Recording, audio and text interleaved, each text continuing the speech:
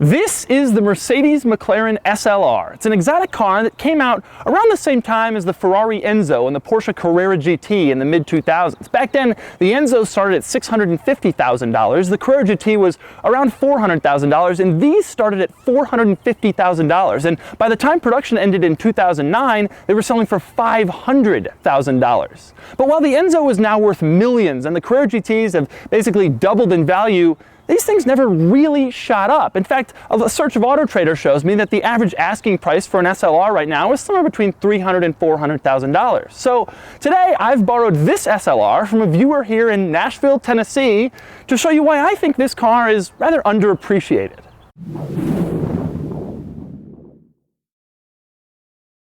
Before I get started, a brief overview. The SLR was made from 2003 to 2010 as a joint venture between Mercedes and McLaren. And, little known fact, despite the Mercedes badge, it wasn't made in Germany, but rather in McLaren's factory in the UK. It uses a supercharged V8 that makes 617 horsepower and 580 pound-feet of torque, mated to a 5-speed automatic transmission. It'll do 0 to 60 in 3.5 seconds, and it tops out at an amazing 207 miles per hour.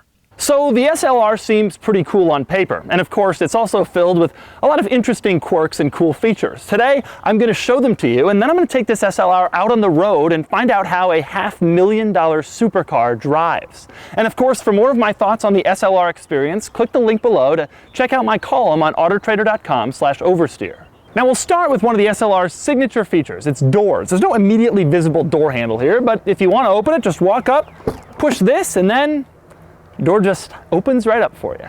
Now, once you're inside, you may be wondering exactly how you close the door. Well, there's no button that automatically lowers the door. Instead, you just pull the handle, which is actually not that hard to reach, and then the door's closed.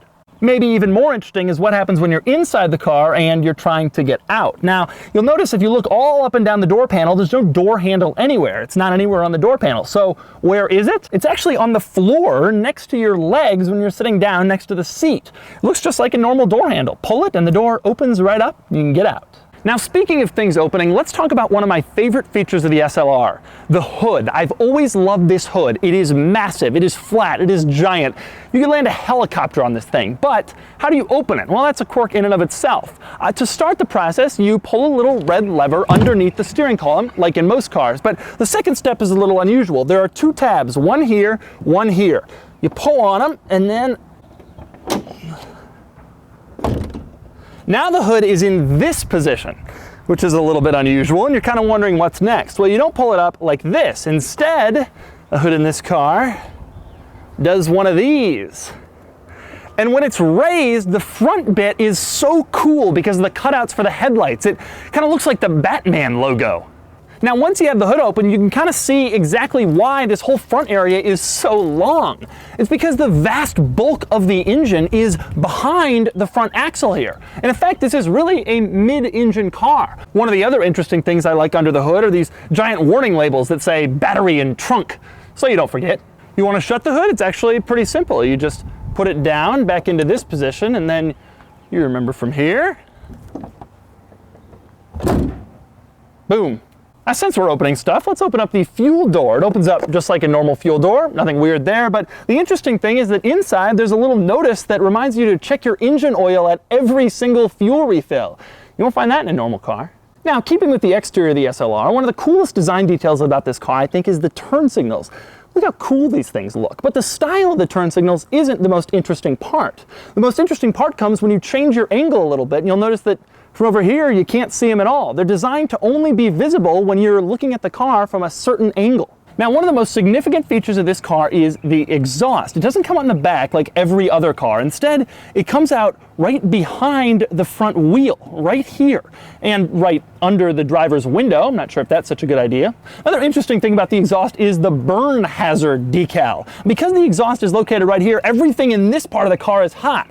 And so there's a little decal right here by the driver's door warning you exactly what not to touch so you don't get burned. Now in the back of this car, this isn't a spoiler. Instead, Mercedes calls it an air brake. And the way it works is rather interesting. When you slam on the brakes in this car, the air brake goes almost straight up to kind of screw with the aerodynamics and help you slow down a little faster. Now maybe the most interesting thing about the air brake is that you can adjust it using a set of controls directly above the stereo controls, right within easy reach of the driver on the center console. Now you can raise it and have it in up mode like it is right now, or you can move the lever a little bit and then it goes into this mode where it's flush with the trunk.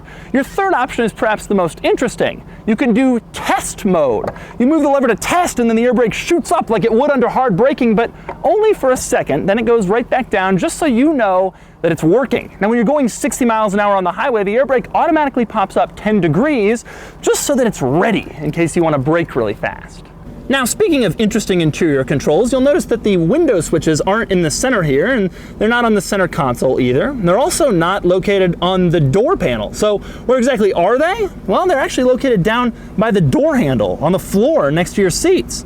Push them and they roll up and down the windows, just like normal window switches. Now the other interesting control located down here by your legs is the seat control. Now Mercedes makes a wide variety of power seat controls and they all look about the same with various different buttons for different parts of the seat. But in the SLR, these seats are one-piece carbon fiber racing seats. And so the seat control is actually just one button.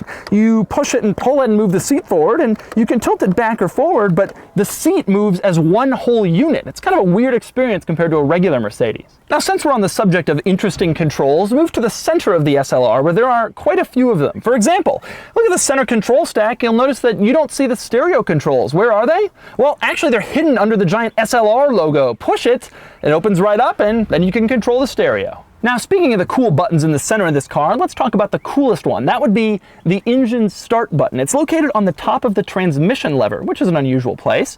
Now, a lot of Mercedes models at the time had the button there, but none of them had it quite as cool as this because it's located under this cool gated aluminum knob. You lift it up, then you push the engine start button like you're firing a missile in a fighter jet. Unfortunately, there is one little drawback to the engine start button, and that would be the fact that you can't just get in and push it. Instead, you have to get in, turn the key like you would in a normal car, then you can push the engine start button. It's a little strange. Another interesting interior feature, this car has no glove box, but it has ample other places to store items inside, some of which are hidden. For example, there's this tiny little storage pocket in the passenger footwell. And in the middle, there's this little compartment large enough for a decorative USB stick, or maybe two. Somewhere in that compartment is the world's smallest ashtray, with room for approximately one total ash. But the biggest storage space is also the most hidden. To access it, press this little button located between the seats, and then this whole panel lifts up. Nobody knows this is back here. I guarantee there are SLR owners watching this video right now going, really? It can do that? But the most interesting storage space in this car is not the rear shelf, but actually the piece between the seats. To access it, you push this little button, it folds down. Why is it the most interesting? Because it contains the original flip phone, a Motorola and Verizon car phone that came with every SLR. Hello? Yeah, I'm in my SLR. Yeah, I'm going 200. No big deal. Another interesting center control in this car, you get the air conditioning, you got the stereo, you got your vents, and also you have these things. Now, I already covered this one, that would be the spoiler, but these two rotary dials on either side require some explanation. The one on the left here, that's for the transmission. You can go to Sport, Manual, or Comfort. Now, if you put it in manual, that's when the one on the right comes into play. You have three settings, 1, 2, and 3. 1 is for sporty driving, 2 is for very sporty driving, and 3 is for racing-like driving. I haven't made these up. That's what it says in the owner's manual. Take a look. Another amazing quirk is the climate controls. Right now it's set to automatic, but what if you want to control where the air comes out? Push it and the button completely changes its appearance, now letting you select the location of the airflow. But say you want it back in automatic mode, just push it again. Now it's in auto. Pretty cool. And now it's time to take this car out on the road. But before I do, I want to share a little anecdote about the SLR that I find kind of interesting. A couple of months ago, I was invited out to Jay Leno's garage in Burbank to appear in an episode of his TV show for CNBC. Now, Jay Leno has one of these, and he has it parked right next to his McLaren F1 and his McLaren P1. So I asked him, Jay, what do you think about this car? He told me that he likes it, and he thinks it's actually kind of misunderstood. Now, while the SLR came out at the same time as the Carrera GT and the Enzo, Jay told me that he thinks that those cars were more for high-speed track use, whereas this thing is rock solid above 200 miles an hour. Jay told me that the mistake people make is they think this car is going to be an Enzo or a Carrera GT, when actually it has a completely different purpose. So now I'm going to get behind the wheel and find out if he's right. All right. We're going on the SLR. The steering is just incredibly heavy. Very surprising because a lot of Mercedes of this era, the steering is very light and just airy.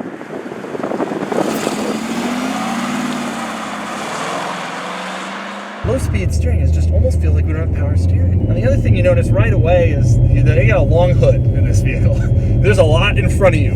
If you look on the exterior of the car, you're basically sitting over the rear wheel. Something like 70% of this car is ahead of you as you drive down the street. That's something weird to get used to. My first impression, it has some rumble to it and some sound. I was really thinking this would be sort of the comfortable exotic, but just instantly you can kind of tell, I'm really surprised by how hard the brake pedal is to push down. Part of it could be because the brakes are carbon ceramic, but part of it could just be the way this car is engineered. It's interesting, it's unusual. So driving this car at normal speeds is a fairly reasonable experience. You don't really think anything crazy is going on, except it definitely rumbles even more than a regular AMG car. But otherwise, it seems like a fairly normal Mercedes-Benz experience in here, which is nice if you don't want to, if I'm for the days where I'm not on the racetrack or trying to drive 200 on the Autobahn.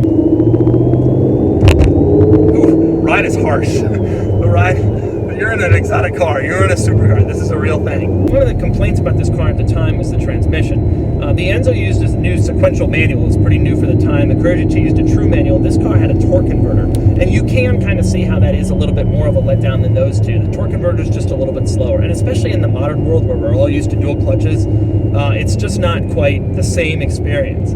But as the technology you had, a sequential manual of that era, like in the Enzo, those are also feeling pretty outdated right about now. The only one that isn't is the stick shift, which is why all these manual cars have started to shoot up so much in value. One of the things I didn't like about this car, I never really liked the steering wheel. It looks like a exotic car steering wheel should. And steering wheel is something you look at all the time. It's something you're constantly seeing. The seat isn't the world's most comfortable seat. This carbon bucket seat that grabs you. It's not as bad as I've seen in some sports cars, 911 GT3 RS, that sort of thing. But it's a little bit harsh on you. If I saw this car on the road, I would just freak out. Well, Enzo's one thing. Everybody kind of wants to see an Enzo. But this, if you're a car person, you see this, it's like, whoa.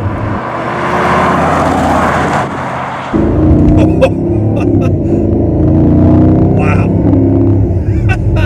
That was about a half throttle. That is pretty intense. This thing can haul. And the experience of it hauling is great. Modern cars are kind of cut off from the road. This one actually really rumbles. It's more of a muscle car than I expected it to be when I dropped it in. Whoa, that's crazy. And that's supercharged. You can hear the whine. That sounds so good. Wow.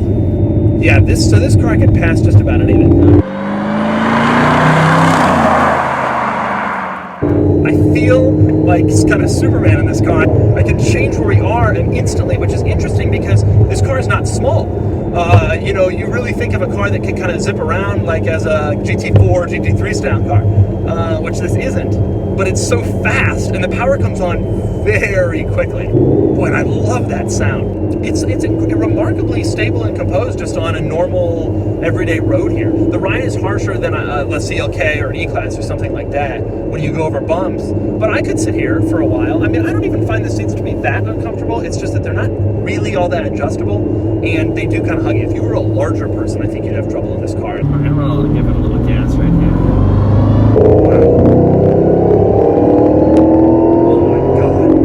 That is monstrously fast. The other crazy thing is, it just felt like it was going to keep going.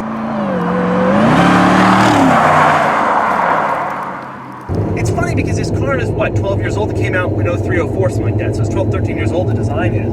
but this thing could keep up with any modern car today. I actually think it is best to just let the car do the shifting itself. You start playing around with it and you try to be like a little sports car driver, that's not really the point of this car. This is a serious, put it on the highway and floor it and see what happens kind of car. When I'm accelerating hard in this car, it feels very stable. The faster you go, you don't start to feel nervous. This car feels like it has barely scratched the surface of what it can do. I mean, I don't know that I've ever been in a car that accelerates so quickly at half throttle. It is a big car. You can feel that when you're turning it. And the other thing you can feel when you're turning and you kind of moving the wheel is, you can feel all that weight in front of you. It is so fast, but there is a lot of front weight. And the steering is good and the handling is pretty good, but there is a lot of front weight, and you really have to keep that in mind when you're making turns, especially high-speed turns. It's not that it's bad, it's just a different way of driving the car. The steering is very precise, but the handling is kind of affected by all that weight in front. But it isn't the sensation you would get in a mid-engine exotic car like this one's rivals, the Enzo and Carrera GT. But it's interesting, these comparisons to Carrera GT and Enzo, just because they came out at the same time and they cost about the same, it's laughable. I mean, it's been a while since I've driven Carrera GT, but it isn't even close. It's such a different car. That car really is. It felt like a big MR2 or 911 or Lotus Elise or whatever. This thing feels like, I don't even know how to put it, like a Mustang, or because it has big front engine, tons of power. This is a muscle car. It's a straight line car. It handles pretty well, but it's just got a lot of weight and a lot of.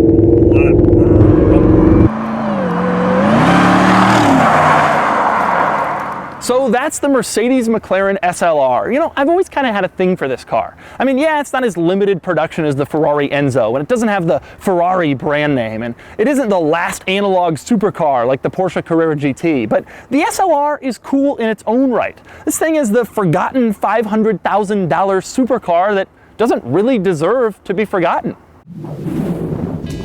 There are two tabs, one here, one here. You pull on them, and then